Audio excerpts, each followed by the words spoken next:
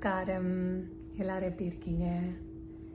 இன்றைக்கி நம்ம தான் லைஃப். ஆனால் நம்ம லைஃபாக இல்லாமல் இந்த உடம்புன்னு நினச்சிட்ருக்கோம் இல்லையா, அது உடம்பு இல்லைன்னு நம்ம நிரூபிக்கிறதுக்கு ட்ரை பண்ண போகிறோம். ஓகே, அது நமக்குள்ளேயே நம்ம நிரூபிச்சுக்கிறதுக்கு ட்ரை பண்ண போகிறோம். ஓகே, பைபிளில் ஒரு வசனம் இருக்குது, தன் ஜீவனை சிநேகிக்கிறவன் அதை இழந்து போவான், இந்த உலகத்தில் தன் ஜீவனை வெறுக்கிறவனோ அவன் அதை நித்திய ஜீவ காலமாய் காத்துக்கொள்வான். அப்போ என்ன அர்த்தம்? ஒருத்தன் இந்த உலகத்தில் இருக்கும் போது அவனோட லைஃப்பை அவன் நேசிச்சான் அப்படின்னா அதை இழந்து போவானான். இந்த உலகத்தில் ஒருத்தன் அவனோட லைஃப்பை வெறுத்தான் அப்படின்னா அதை கண்டுபிடிச்சிக்குவானான். இதுக்கு என்ன அர்த்தம்? நம்ம அப்போ லைஃப்பை வெறுத்துக்கிட்டே இருக்கணும்னு அர்த்தமா? அப்படி கிடையாது. நீங்கள் லைஃப்னால் என்னன்னே தெரியாமல் இந்த உடம்பு தான் இந்த வாழ்க்கையை வாழுது அப்படின்னு நினச்சிக்கிட்டு ஒரு டெலியூஷனில் இருக்கீங்க. உங்களையே நீங்கள் அறியாமல் இருந்துக்கிட்டு இருக்கீங்க. சரியா? இதை எப்படி நான் சொல்கிறது உண்மையா அப்படின்னு நம்மளுடைய அனுபவத்திலேயே நம்ம தெரிஞ்சுக்க முடியும். சரியா? இது என்னுடைய பயணத்திலேருந்து நான் சொல்லணும் அப்படின்னா, ஒரு பீரியடில் என்ன ஆச்சு, ஒரு 8 வருஷம் முன்னாடி ரொம்ப சஃபரிங்லாம் சொல்ல முடியாது, எனக்கு பெரிய சஃபரிங்காக தோணுது. பைபிளை வாசித்து இது உண்மை இல்லை, ஐ ஆம் தட் ஐ ஆம்னு மோசஸ் எப்படி தன்னை கடவுளாக உயர்த்த முடியும் அப்படின்ற ஒரு வசனத்து மூலமாக தான் நான் வெளியே வந்தேன். அதுக்கப்புறம் ஆதியாகமம் 1வது அதிகாரத்தில் மண் மூலமாக உடலை மனுஷனை பண்ணினா, இதெல்லாம் எனக்கு நம்பிக்கைக்குரியதாகவே இல்லை. ஒன்றுக்கு ஒன்று பயங்கர கான்ட்ரடிக்டரியாக இருந்தது. என்னுடைய அறிவுக்கு அதில் உள்ளது எதுவுமே புரியலை. பைபிள் பொய் கிடையாது. ஆனால் நான் அப்படி நினச்சதுனால நான் அதை விட்டு வெளியே வந்துட்டேன். ஜீசஸுங்கிற ஒருவரை இவ்வளோ வருஷமாக எனக்கு லவ்வர்னு ஒருத்தர் இருந்தார் அப்படின்னா அது ஜீசஸ். அவ்வளோ பிடிக்கும். எல்லாமே அவர்கிட்ட தான் டிஸ்கஸ் பண்ணியிருக்கேன். எல்லா டெசிஷனும் அவர் மூலமாக தான் எடுத்திருக்கேன். அப்படி இருக்கும்போது அதை விட்டு நான் வெளியே வந்தது, அந்த பிலீஃபை விட்டு நான் வெளியே வந்தது, அது ஒரு பெரிய ஒரு சஃபரிங்காக எனக்கு இருந்துச்சு.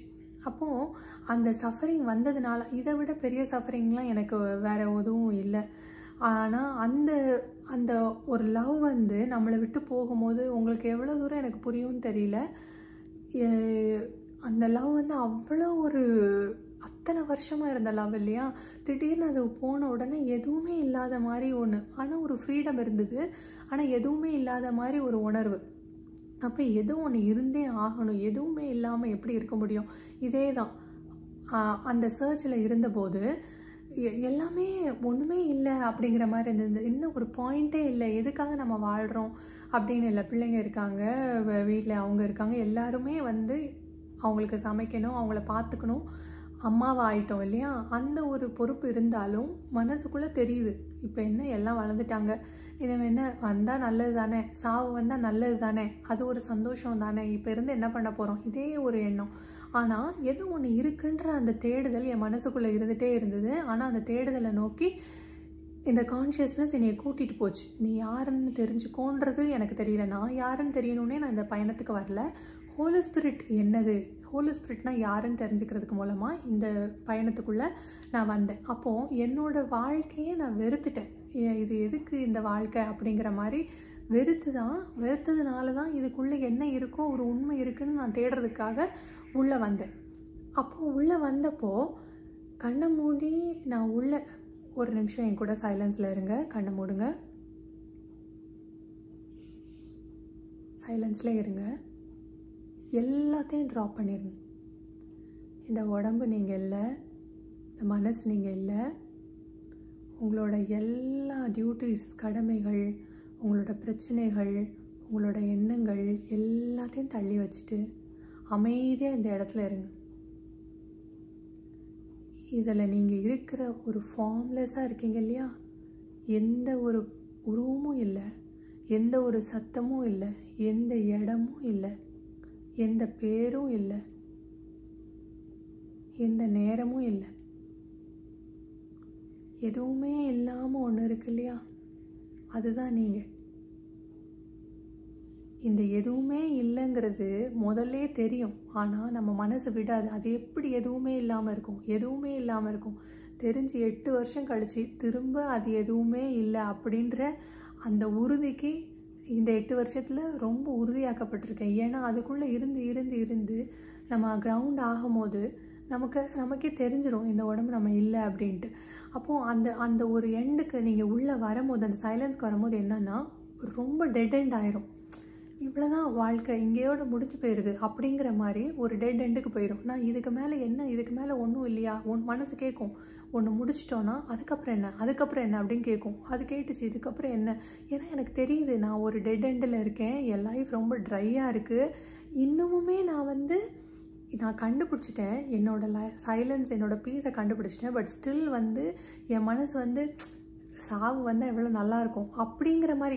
சூசைடல் தாட் கிடையாது, ஆட்டோமேட்டிக்காக நேச்சுரலாக வந்தால் நல்லா இருக்குமே அப்படின்ற மாதிரி தோணுச்சு. ஆனால் அந்த பீஸ் அது இருந்துகிட்டே தான் இருந்தது. ஆனால் இதை பற்றி நான் ரமண மகரிஷிகிட்டையோ மூஜிக்கிட்டேயோ கேட்கும் போது எல்லாருமே just be as you are, நீ என்ன எப்படி இருக்கியோ அதே மாதிரி இருந்தால் சொன்னாங்களே ஒழிய.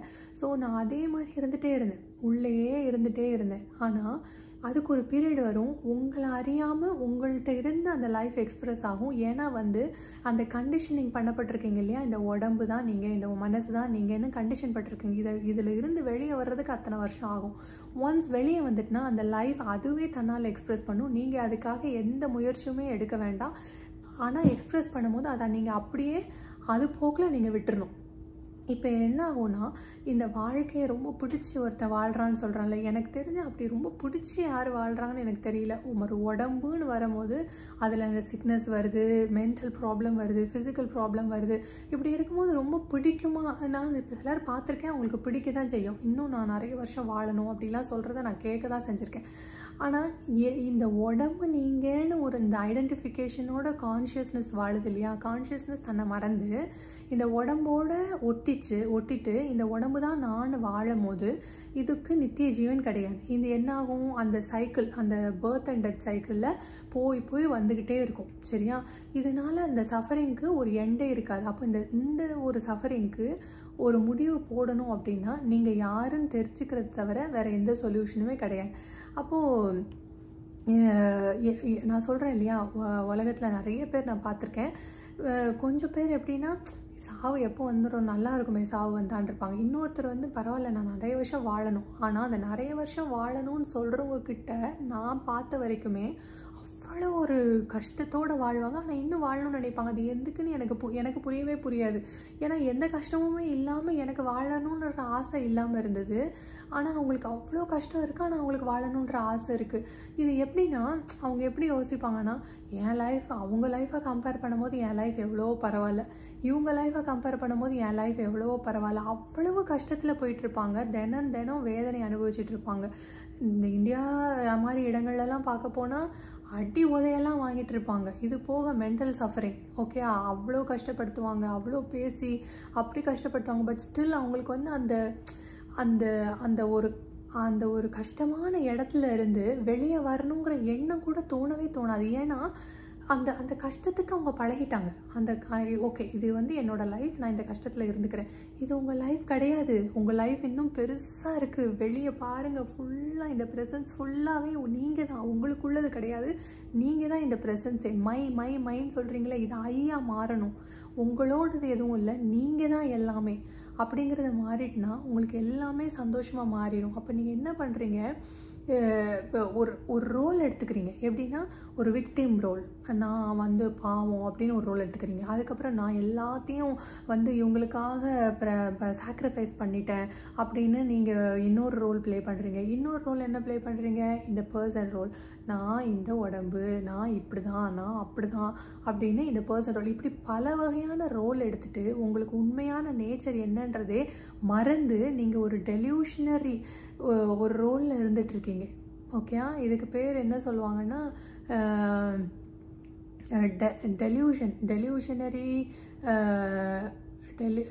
டெலியூஷனல் டிஸார்டர்னு சொல்லுவாங்க. ஓகே, டெலியூஷனல் டிஸார்டர்னால் என்னென்னா, உண்மை என்ன பொய் என்ன, அதாவது நீங்கள் இமேஜின் பண்ணுறது என்ன ரியாலிட்டி என்ன அப்படி ஒரு இதை சிந்திக்கிறீங்க இல்லையா, ஒரு ஒரு கற்பனை உலகத்தில் இருக்கீங்க, உண்மையான உலகம் ஒன்று இருக்குது. இப்போ இந்த உண்மை என்னது கற்பனை என்னதுன்றத பிரித்து பார்க்க தெரியாமல் ஒரு டெலியூஷனுக்குள்ளே வந்துட்டீங்க. இது ஒரு டிசீஸ். இந்த டெலியூஷனல் டிஸார்டருங்கிறது ஒரு டிசீஸ்.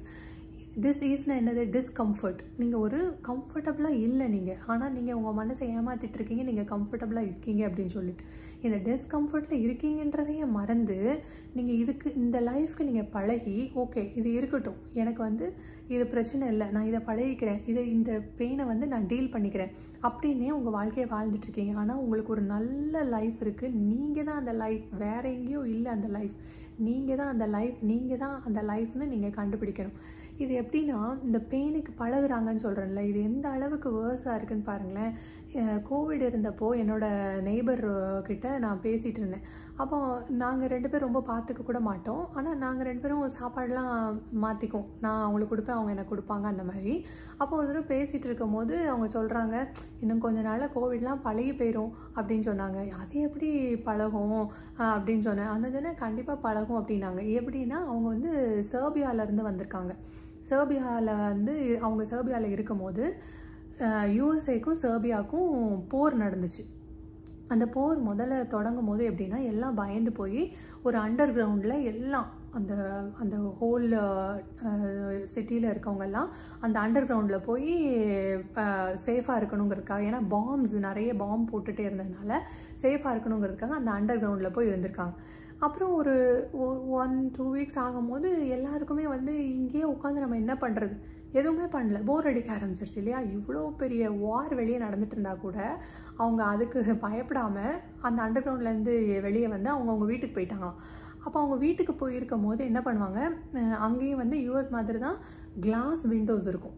நம்மளை மாதிரி இந்தியாவில் மாதிரி உடன் விண்டோஸ் இல்லாமல் கிளாஸ் விண்டோஸ் இருக்கும். அந்த கிளாஸ் விண்டோஸை லைட்டாக திறந்து வச்சுருப்பாங்களாம். ஏன்னா நீங்கள் ஃபுல்லாக அந்த கிளாஸ் விண்டோஸை அடைச்சி வைக்கும் போது என்ன ஆகும்னா, அந்த பாம் அடிக்கும் போது மொத்தமாக ஷேட்டர் ஆயிரும். அப்போ நீங்கள் கொஞ்சம் திறந்து வச்சிங்கன்னா அந்த கேப் இருக்கிறதுனால அந்த கிளாஸ் ஷேட்டர் ஆகாது, ப்ரொடெக்ட் பண்ணிடும். ஐதர் அது உள்ளே போயிடும், இல்லைன்னா அது சைடு வழியாக போயிடும். அப்போ ஒரு தடவை இவங்க ஃபேமிலியாக உட்காந்து டிவி பார்த்துட்டு இருந்திருக்காங்க. டிவி பார்த்துட்டு அவங்க தம்பி உட்காந்து டிவி பார்த்துட்டு இருக்காங்க. இவங்கெல்லாம் அந்த ரூமில் உட்காந்துருக்காங்க. ஒருத்தர் ஒரு திடீர்னு பார்த்தா டிவியில் அந்த பாம் அப்படி அடிக்குதான், பிளாஸ்ட் ஆகி டிவியே செதறிச்சான்.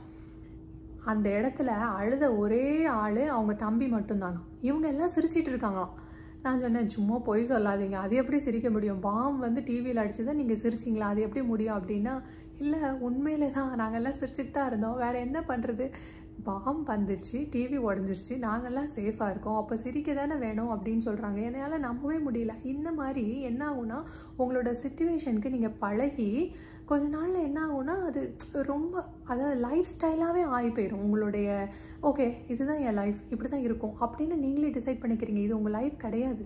நீங்கள் கான்ஷியஸாக ஆனீங்கன்னா உங்கள் லைஃப்பை நீங்கள் ரொம்ப ஃப்ரூட்ஃபுல்லாக ஆக்கலாம். உங்களை மட்டும் சந்தோஷமாக ஆக்காமல் இந்த உலகம் முழுசையுமே நீங்கள் சந்தோஷமாக்கி வச்சுக்கலாம். இப்போ என்ன பிரச்சனைனா, நீங்கள் உன்னை பிடிச்சி வச்சுக்கிட்டு இருக்கீங்க இல்லையா, இந்த உடம்பு தான் நான், இந்த இந்த இந்த சிச்சுவேஷனில் தான் நான் இருந்து ஆகணும் அப்படின்னு உன்னை கிராப் பண்ணி வச்சுட்ருக்கீங்க இல்லையா. இந்த பிடிச்சி வச்சுருக்கிறதுனால தான் உங்களுக்கு ஃப்ரீடம் இல்லாமல் இருக்குது. என்றைக்கு இதை விடுறீங்களோ அப்போ உங்களுக்கு ஃப்ரீடம் வந்துடும். இப்போ உங்களுக்கு சாய்ஸ் இருக்குது. உங்களுக்கு இந்த வலியில இருந்து வெளியே வர்றதுக்கு சாய்ஸ் இருக்குது. இந்த டெலியூஷனல் டிஸார்டர் ஒரு மறதியில் இருக்கீங்க இல்லையா, ஒரு கற்பனை என்னது உண்மை என்னதுன்னு தெரியாமல் ஒரு இடத்துல இருக்கீங்க இல்லையா, இதிலேருந்து வெளியே வர்றதுக்கு இந்த சைலன்ஸில் ஒவ்வொரு நாளும் இருந்து பழகுனீங்கன்னா கண்டிப்பாக இதிலேருந்து உங்களுக்கு விடுதலை இருக்குது. சரியா, நீங்கள் வெளியே வரணும். அதே மாதிரி இப்போ வசனத்தோடைய அடுத்த பகுதியை பார்ப்போம். தன் ஜீவனை வெறுக்கிறவன், இந்த உலகத்தில் தன்னோட ஜீவனை வெறுக்கிறவன் நித்திய ஜீவன் அவனுக்கு கிடைக்கும் அப்படின்னு சொல்லியிருக்கு இல்லையா. இப்போது இந்த மாதிரி உள்ளவங்களுக்கு எப்படி கிடைக்கும், எப்படி கிடைக்க பண்ணலாம், என்ன பண்ணணும்னா, எல்லாத்த பற்றி நீங்கள் ஒரி பண்ணுறதை விட்டுறணும். நான் விட்டுறணும்னு சொல்கிறது ஈஸியாக at least for the time being ஒரு இன்ஸ்டன்ட்டுக்கு நீங்கள் அதை விட முடியும் இல்லையா. ஒரு நிமிஷம், ஒரு 2 நிமிஷம் நீங்கள் மறக்க முடியும். அந்த ஒரியை தள்ளி வச்சுருங்க. 2 நிமிஷம் அந்த ஒரியை தள்ளி வைக்கிறதுனால அதில் எதுவும் மாற்றம் நடக்க போகிறதில்ல. சரியா, இந்த உலகத்தில் உள்ள இந்த சொசைட்டி பற்றி நினைக்காதீங்க, இந்த சமூகத்தை பற்றி நினைக்க வேண்டாம், மக்களை பற்றி நினைக்க வேண்டாம், உங்கள் குடும்பம், உங்கள் பிள்ளைங்க, உங்கள் அப்பா அம்மா, உங்கள் ஹஸ்பண்ட், உங்கள் ஒய்ஃப் யாரையும் பற்றி நினைக்க வேண்டாம். உங்களுக்கு இந்த உலகத்தில் இருக்கிற கடமைகளையும் நினைக்காதீங்க. கொஞ்ச நேரம் தள்ளி வைங்க. தள்ளி வச்சுட்டு இந்த லைஃப்பை அலோவ் பண்ணுங்க. இந்த வாழ்க்கை உங்களுக்கு என்ன கொடுக்குது, 5 நிமிஷம் அதை தள்ளி வச்சுட்டு இந்த வாழ்க்கை உங்களுக்கு என்ன கொடுக்குதுன்னு உள்ளே இருந்து பாருங்கள். உள்ளே ஏதாச்சும் ஒன்று நிகழுதா? இவ்வளோ நாளாக வெளியே பார்த்தாச்சு, இந்த உடம்பை பார்த்தாச்சு, உலகத்தை பார்த்தாச்சு, எல்லாத்தையும் பார்த்தாச்சு. கொஞ்ச நேரம் அந்த கடவுளோடு இருங்க. அந்த கடவுள் எங்கேயோ இல்லை, இங்கே இருக்கார், இதுக்குள்ளே இருக்கார். ஓகே, அதுக்குள்ளே இருந்து அதை அலோவ் பண்ணுங்கள். அது என்ன செய்யுதுன்னு கொஞ்சம் பாருங்கள். அப்படியே அந்த உள்ளே நடக்கிறதெல்லாம் உங்களுக்கு தாட்ஸ் வரலாமா? சரி வரட்டும். நான் தாட்ஸே வரக்கூடாதுன்னு சொல்ல, வராமல் இருந்தால் ரொம்ப நல்லது. அப்படி வருதா, ஒரு 5 நிமிஷம் அது பாட்டுக்கு வந்துட்டு அது பாட்டுக்கு போட்டு அதை ரெஸ்ட்ரிக்ட் பண்ண வேண்டாம். ஓகே, அது பாட்டுக்கு போட்டு நீங்கள் பிடிச்சி வைக்க வேண்டாம் எதையுமே. உங்கள் மைண்டில் வர்ற தாட்ஸ் எல்லாத்தையும் அப்படியே ஒரு பாசிங் க்ளவுட்ஸ் மாதிரி விட்டுட்டே இருங்க. இப்போ என்ன ஆகும்னா, நீங்கள் எதையுமே ஹோல்ட் ஆன் பண்ணல. இது நீங்கள் எம்டி ஆகிட்டீங்க இல்லையா? இந்த உடம்பு நீங்கள் இல்லை, எல்லாத்தையும் மறந்துட்டீங்க, எல்லாத்தையும் தள்ளி வச்சிட்டீங்க. இப்போது ஃப்ரீ ஆகிட்டீங்க. நீங்கள் எதையுமே பிடிச்சி வைக்காத போது லைஃப் என்ன ஆகும், அதோட எனர்ஜியை அப்படியே எக்ஸ்ப்ரெஸ் பண்ணும். ஓகே, இந்த எம்டி ஸ்பேஸ் ஆஃப் சைலன்ஸ் இருக்கு இல்லையா, இதுதான் நீங்கள். இதில் மாறாமல் ஒன்று இருந்துகிட்டே இருக்கு இல்லையா, இது அவ்வளவுமே மாறும். இந்த உடம்பு மாறும், இந்த ஃபேஸ் மாறும், இந்த உலகத்தில் உங்கள்கிட்ட சுற்றி இருக்கிறது எல்லாமே மாறும். இதுக்கு நீங்கள் ஒரு விட்னஸாக மட்டும் இருங்க. நீங்கள் ஒரு எம்டி ஸ்பேஸாக இருந்துட்டு இதை ஒரு சாட்சியாக நீங்கள் பார்த்துட்டே இருந்தீங்க அப்படின்னா உங்களுக்கு தெரிஞ்சிடும், பெர்மனெண்ட்டாக உள்ள ஒன்று சேஞ்ச் ஆகாமல் இருந்துகிட்டே இருக்குது. ஒரு உணர்வு எப்போதும் சேஞ்ச் ஆகாமல் இருந்துகிட்டே இருக்குது. அது என்னதுன்னு நீங்கள் கவனிக்கணும். அதுதான் நீங்கள், அதுதான் லைஃப். நீங்கள் தான் அந்த லைஃப். சரியா? இப்போ நீங்கள் என்ன பண்ணணும்னா, கொஞ்ச நாளைக்கு ஓகே, இதை நீங்கள் கண்டுபிடிச்சிட்டிங்க அப்படின்னா கொஞ்ச நாளைக்கு எதுவும் நடக்கட்டும், நீ என்ன வரதோ பார்த்துக்கலாம் அப்படிங்கிற மாதிரி இருங்க. நீங்கள் அப்படியே நீங்கள் எதுவும் பண்ண போகிறீங்க, நான் எதுவும் அச்சீவ் பண்ண போகிறேன் அப்படின்ற மாதிரி வந்தீங்க அப்படின்னா நீங்கள் செட்டில் ஆகவே முடியாது. முதல்ல சீரியஸாக இருக்கிறத ட்ராப் பண்ணுங்கள். கொஞ்சம் ஃபன் மோடுக்கு வாங்க. சீரியஸ்னஸை விட்டுட்டு ஃபன் மோடுக்கு வந்து கட்டியாக பிடிச்சிட்டு இருக்கிற காரியத்தை விட்டுடுங்க. நீங்கள் லெட் கோ பண்ணும் போது தான் எல்லாம் அப்படி விடும் போது அதில் ஒரு பெரிய ஃப்ரீடம் இருக்கும். எதை நீங்கள் விட்டீங்களோ அதுவே உங்களுக்கு திரும்ப அதுவே தன்னால் உங்ககிட்ட வரும். இதுதான் நம்ம அவேர்னஸ்ன்னு சொல்கிறோம். இப்படி தான் நீங்கள் நித்திய ஜீவனை கண்டுபிடிக்கிறதுக்கு ஒரே வழி இதுதான். ஓகே, நீங்கள் உங்கள் சீரியஸ்னஸை விட்டுட்டு கொஞ்சம் ஃபன்னாக இந்த உலகத்தை, அந்த க்ளவுட் எப்படி மேகம் பாஸ் ஆகிட்டு போகுது இல்லையா, அதே மாதிரி நீங்கள் பார்க்க ஆரம்பிச்சிங்கன்னா லைஃப் ரொம்ப லேசாகிற மாதிரி இருக்கும். ஓகே, எல்லாமே உங்களுக்கு லேஸ் ஆகிற மாதிரி இருக்கும். இதை மாதிரி ஒரு சீரியஸ்னஸை விட்டுட்டு ஒரு காம் லைஃப்க்கு வந்தீங்க அப்படின்னா உங்களோட லைஃப்பை நீங்கள் உங்களோட லைஃப்னே சொல்ல முடியாது, நீங்கள் தான் அந்த லைஃப் இல்லையா? அப்போது நீங்கள் இந்த செத்து போக போகிற இந்த பாடி கூட, இந்த உடம்பு கூட பிடிச்சி வச்சுக்கிட்டு இருக்கிற வரைக்கும் இந்த கேம் இட்டர்னலாக போயிட்டே இருக்கும். கேம் தான் போயிட்டுருக்கும். நீங்கள் இட்டர்னலாக ஆக முடியாது. லைஃப் பர்த் அண்ட் டெத் வந்துக்கிட்டே இருக்கும். இதை என்றைக்கு நீங்கள் விட்டுட்டு சுதந்திரமாக இந்த ப்ரெசன்ஸாகவே மாறுறீங்களோ அப்போது இந்த மார்ட்டல் பாடி இம்மார்ட்டலாக மாறிடும். ஆக்சுவலாக மார்ட்டல் பாடின்னு ஒன்றும் கிடையவே கிடையாது. இருக்கிறதெல்லாமே இந்த இம்மார்ட்டல் தான்.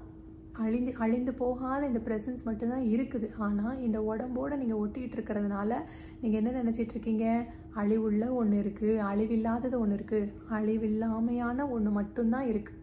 இதை இந்த வசனத்தில் சொல்கிறாங்க பாருங்கள். சகோதரரே, நான் சொல்லுகிறது என்னவெனில், மாம்சமும் இரத்தமும் தேவனுடைய ராஜ்யத்தை சுதந்திரிக்க மாட்டாது. மாம்சமும் இரத்தமும் என்னது? இந்த உடம்பு, ரைட்டா? அப்போது மாம்சமும் ரத்தமும் இருக்கிற எவனுமே பரலோக ராஜ்யத்தை சுதந்திரிக்க முடியாது. நீ எவ்வளோ பெரிய செயின்ட்டாக இருந்தாலும் பரவாயில்ல, நீ ஒரு பாவம் செய்யலை, ஒரு பொய் கூட சொல்லலைன்னா கூட பரவாயில்ல, உனக்கு பரலோக ராஜ்யம் கிடையாது, நீ இந்த மாம்சமாக இருக்கிற வரைக்கும். உள்ளது அழியாமையை சுதந்திரிப்பதும் இல்லை. இந்த உள்ளது அழியாமையான நித்திய ஜீவனை சுதந்திரிப்பதும் இல்லை. இதோ ஒரு ரகசியத்தை உங்களுக்கு சொல்லுகிறேன். ஒரு சீக்ரெட் சொல்கிறாங்க பாருங்கள். நாம் எல்லாரும் நித்திரை அடைவதில்லை. நம்ம எல்லாரும் என்ன போகிறோம்னா தூங்கிட்டே இருக்க போகிறது கிடையாது. ஆகிலும் கடைசி எக்காலம் தொனிக்கும் போது, ஓகே, ஒரு லாஸ்ட் ட்ரம்பட் அவன் ஒழிக்கும் போது ஒரு நிமிஷத்துல, இப்போ எக்காலத்துக்காக நீங்கள் எக்காலம் எங்கேயோ இருக்குன்னு நினைக்காதீங்க. நானே உங்களுக்கு இப்போ ஒரு எக்காலமாக தான் இருந்துகிட்ருக்கேன். ஒரு நொடி பொழுதில் நான் சொல்கிறேன், ஒரு செகண்ட் அப்படி கண்ணை மூடி நீங்கள் உள்ளே போய் அந்த தாட்லெஸ் ஸ்டேட்டுக்கு போகும்போது தெரிஞ்சிடும் நீங்கள் தான் அந்த சைலன்ஸ்னு. இவ்வளோதான், இதுதான் சொல்லியிருக்கு. ஒரு நொடி பொழுதிலே, ஒரு இமை பொழுதிலே நாம் எல்லாரும் மறுரூபமாக்கப்படுவோம். எக்காலம் தொனிக்கும் அப்பொழுது மரித்தோர் அழிவில்லாதவர்களாக எழுந்திருப்பார்கள். இப்போ நீங்கள் எப்படி இருக்கீங்க? ஜீவன் இல்லாமல் செத்த உடம்பு மாதிரி இருக்கீங்க இல்லையா?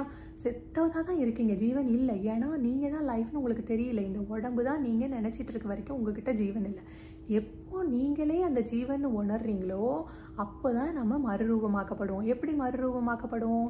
இந்த உடம்பு நான் இல்லை, இந்த ஃபுல் ப்ரெசன்ஸுமே நான் தான், இந்த ஹோல் எக்ஸிஸ்டன்ஸ், இந்த எனர்ஜி பீயிங் நான் தான் அப்படின்ற போது நீங்கள் மறுரூபமாக்கப்படுவீங்க.